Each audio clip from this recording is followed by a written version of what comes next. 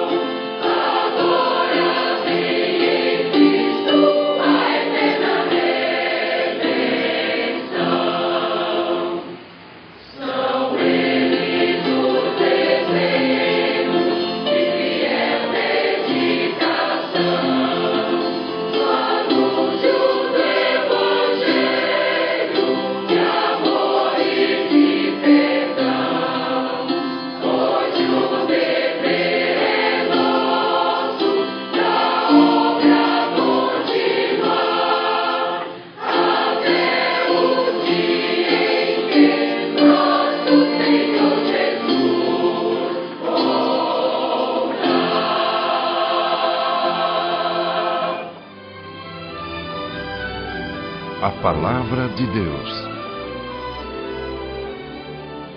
Louvores prestados a Deus. Vamos agora adentrar à parte mais importante deste programa, que é exatamente a reflexão na Palavra de Deus trazida a nós pelo Senhor Jesus. E eu leio para a reflexão, meu querido amigo, um texto da Palavra. Lá no Evangelho, segundo escreveu o evangelista Mateus, ele diz: não julgueis para que não sejais julgados, pois com o critério com que julgardes, sereis julgados, e com a medida com que tiverdes medido, vos medirão também. Porque vês tu o argueiro que está no olho do teu irmão, porém não reparas na trave que está no teu próprio olho? Ou como dirás a teu irmão: deixa-me tirar o argueiro do teu olho, quando tens a trave do teu próprio? Hipócrita, tira primeiro a trave do teu olho, para depois tirares o argueiro que está no olho do teu irmão. Antes de analisar o texto e extrair dele o de que nós carecemos e o que ele traz para nós gostaríamos de chamar a sua atenção para uma coisa importante. E eu inicio dizendo que todo o organismo, todo o corpo humano, ele é uma sequência, é um encadeado de órgãos. E todos são importantes. E todos esses órgãos têm a sua função específica. Se você, por exemplo, olhar para a sua mão, você vai ver o quê? Você vai ver dedos. Dedos que são em composição diferentes, tamanhos diferentes, mas dedos que se harmonizam, dedos que se reúnem. E quando eles se harmonizam e se reúnem, então obedece esse movimento, e você fecha esses dedos, fecha a mão, você então apresenta um punho fechado, um punho cerrado. Você apresenta algo que vai dizer da importância da sua vida, da vitória que você conquistou. Você vai, a mão fechada indica exatamente o valor, a coragem, a disposição, as vitórias alcançadas. Agora, se você atentar bem, entre esses dedos que estão na sua mão, sendo todos importantes, há um que se destaca, há um que se sobrepuja aos demais, exatamente porque esse tem a facilidade da movimentação. Ele tem mais movimentação, mais, diríamos até, flexionamento do que os demais. não há direção, ele gira em todas as direções com muito mais facilidade do que os demais. E esse dedo é aquele que indica, é o indicador. E o próprio nome dele já está a dizer da sua função. Com ele você aponta, com ele você denuncia, com ele você faz N coisas, N tarefas. Ele é realmente importante dentro dessa composição. O Senhor Jesus mostra exatamente nesse procedimento que há no corpo realmente uma união, uma junção de órgãos e tudo, de todos nós. Mas chama-nos a atenção exatamente para algo que muitas vezes nós queremos fazer, nos comprometemos a fazer. E você sabe o que é? É de nos constituirmos juízes, julgadores do nosso semelhante, do nosso próximo. E ele então chama a atenção de todos nós com uma advertência muito solene. E essa advertência está no texto que foi lido há pouco. Ele diz: não julgueis para que não sejais julgados, porque com o critério que julgardes, também sereis julgados, e com a medida que tiverdes medido, também vos medirão. Isso nos faz lembrar, meu querido amigo, minha amiga, o momento em que no ministério do Senhor Jesus, lá em Jerusalém, ele se deparou com uma cena realmente impressionante.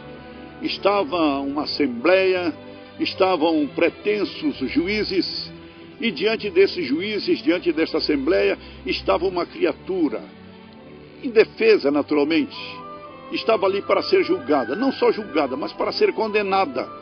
Já estava sentenciada à morte, porque aqueles que se reuniram para julgá-la, então quiseram fazê-lo porque ela cometera um delito grave, cometera uma falta grave. E eles então estavam prontos a executá-la, porque estavam perante o julgamento deles condenada. E o Senhor, e procuraram a Jesus. Eles sabiam que Jesus era homem da lei, conhecia a lei, especialmente a lei mosaica. E chegaram para Jesus e colocaram um problema. Olha, esta mulher foi apanhada em ato ilegal, em delito. E a lei de Moisés diz que ela deve ser condenada, deve ser executada. Então, o que é que tu dizes?